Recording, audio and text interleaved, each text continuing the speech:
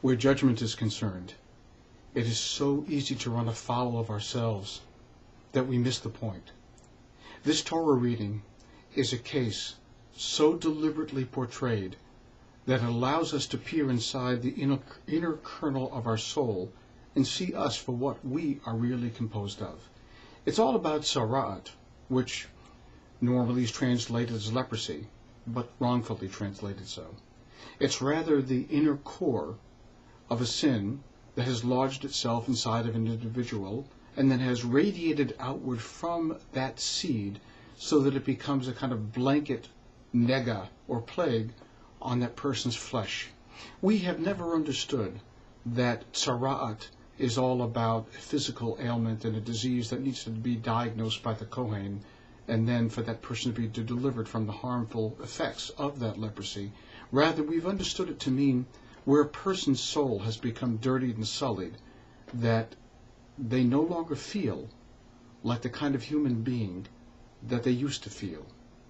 When such an event happens, the Kohen is called upon and asked to look at the individual and examine that person to find out what is hurting them so very deeply, what is causing them to feel less than human. And the 13th chapter, in verse 3, says the Kohen will look at the tzara'at, the person who is complaining of this ailment, and make a judgment, and then the Kohen will look at the person and make a judgment. And we wonder why it is that the text has this redundancy of the Kohen looking at the person who was afflicted twice. It's not a mistake. It is purposeful. Because inasmuch as oftentimes we feel torn and we feel like we are split apart by the pains that have lodged themselves deep inside of ourselves, and we need an outlet and healing to make us feel like we are whole once more, it is also very careful and circumspect about the judgment that is made of us by the Kohen. The Kohen needs to look not once, but twice at the individual, once at the exterior and another time at the interior, to make sure that he's not giving a false judgment. It's so very important that when we look at people, when we get to know them better, and we see them for their flaws, that we don't judge them by their flaws. We judge them rather for their whole character.